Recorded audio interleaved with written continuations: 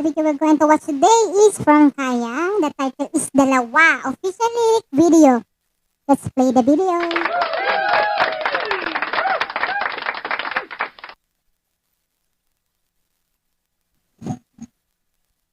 Si Kaya, ito yung naghahanap ako ng ballad kasi. Para siyang ballad. And Okay. ito yung pangalawa sa song nila. Yes, and so their Parang logo is pangalawa. actually a dragonfly. Ay, tama ako? Yes. Wow, sabi sa'yo, dragonfly. Okay, lakas natin. Oh, R&B. Uy, nagigitar siya. Their music here sounds quite unique, right? I think I heard something different. Maybe it's a synth. I'm not Yeah. totally sure, but there's a tick, tick, tick sounds going on. I like that. I like that sound. Maganda sana may name yung ano nila. Para nakikita natin kung And ano this yung is the mga name chorus nila. part. Oo, tama ka. It's chorus. They all sing together in perfect unison. Okay. It's like you're hearing just one voice.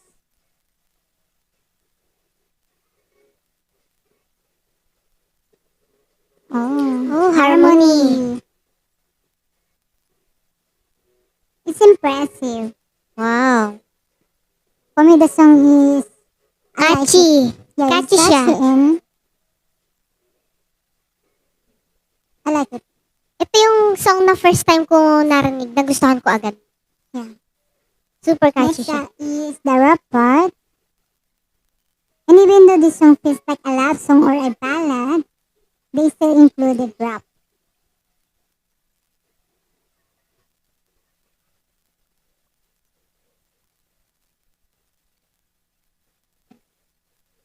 Gusto ko yung lyric video nila. Aesthetic. Para siyang paper, di ba? Na may mga picture-picture. Simple lang. Simple. The first Okay, part of catchy the song talaga. is really catchy for me. I like how it is to sing along once it is the chorus. It's just to stick in your head right away.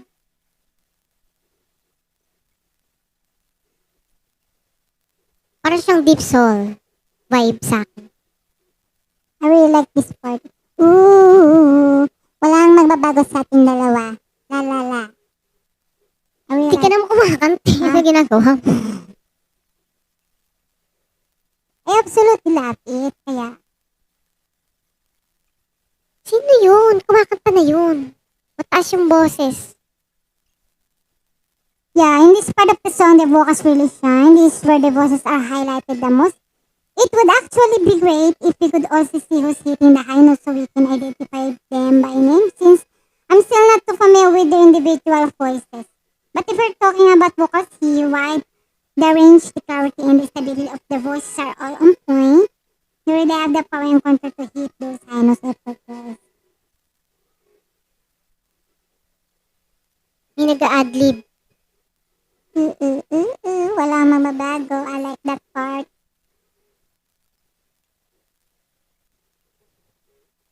Harmonization. Amazing. Dalawa. Wow. Ano Alright. symbolize nung ano? Dragonfly. May possible reason yan. Kung ano ang dahilan ng dragonfly ang logo ng Kaya. Siguro. Ano? What? Siguro ano? Hindi mo na-research? Hindi. Nag-iisip ako ng sarili ko. Okay. Okay. Research na lang natin sa susunod na. Okay, sino man ang... May dance practice. Wait lang, nagsasalita. Wait lang. Nakita ko lang. Naku naman. Paano nila ginawa ng sayo? I don't know. Siguro panoorin Wow. natin. Okay, ano muna natin. I-reserve muna natin. Sige. Ikaw na mauna. Saan ba? Thoughts. Tapos na, sige. For me, this song was a great mix of smooth vocals, catchy chorus, and a surprising rap session that added flavor, even though the vibe leans more to a ballad song or love song. The harmonies were clean and the voices really stood out, especially in the highlighted vocal parts. I also appreciate how easy it was to sing along with the chorus. It gets stuck in your head right away. Okay, overall, I'd rate the song a solid 10 out of 10. How about you? What's your take? Ako na ba? Ano rate mo? 10 out of 10, perfect. Yun. Ito yung masasabi ko sa vocals. Vocals talaga. Powerhouse sila. Yung mga vocals nila. Kahit yung song na to, hindi siya yung tagang powerful, pero maririnig mo yung power ng boses nila. Yung harmonization nila. Sobrang smooth. And, hindi lang natin alam kung nag-concert na ba sila?